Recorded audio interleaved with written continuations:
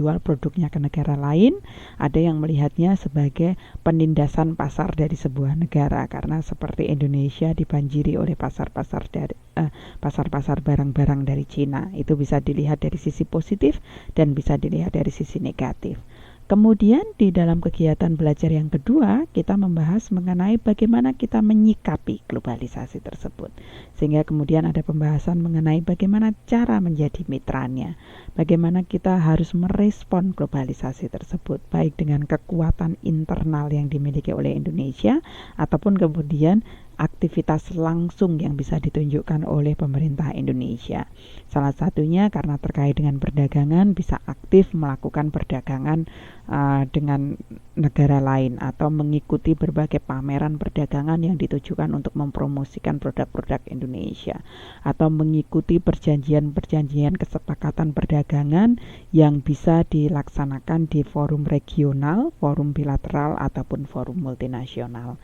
Sedangkan pada kegiatan yang belajar yang ketiga, kita membahas mengenai berbagai kesepakatan perdagangan internasional, baik yang kemudian bersifat bilateral antar dua negara, kemudian yang regional di dalam satu wilayah tertentu, dan juga multinasional atau internasional yang kemudian melibatkan berbagai negara bisa di dalam satu wilayah tertentu ataupun di dalam lintas wilayah tersebut.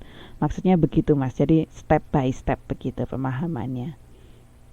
Mas Nano memiliki pertanyaan lebih spesifik terkait dengan materi yang ada di modul ke-8 globalisasi, atau teman-teman ada yang memiliki pertanyaan terkait dengan modul globalisasi ini?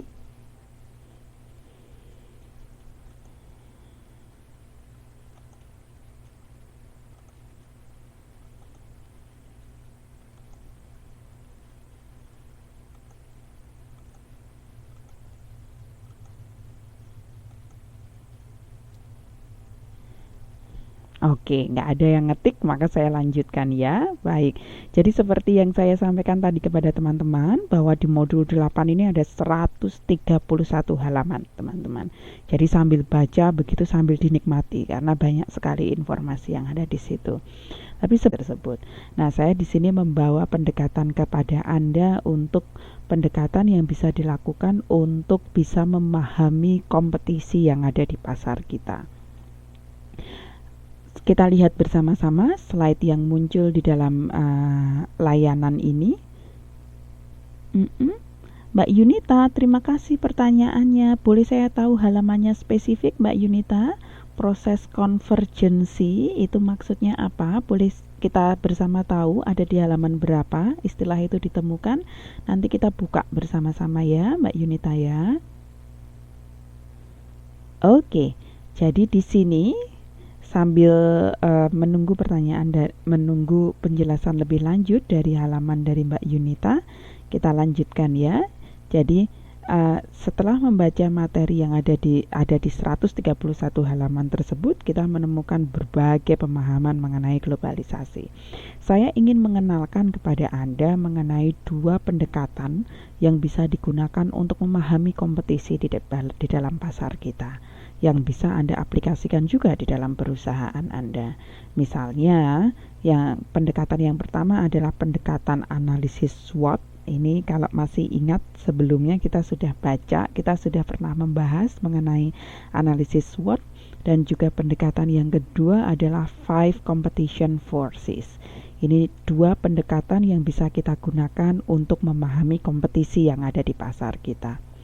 Dua materi ini kebetulan tidak muncul di dalam modul kita, tapi dua pendekatan ini selalu muncul di dalam buku-buku manajemen yang lain, karena dia selalu dikenalkan kepada mahasiswa untuk membantu mahasiswa sebagai calon-calon manajer untuk bisa memahami kompetisi yang ada di pasar atau di jejaring bisnisnya gitu ya. Pendekatan yang pertama adalah analisis SWOT.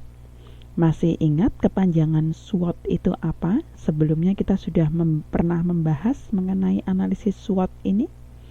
Ada SWOT. Ini sebenarnya adalah kependekan dari beberapa istilah.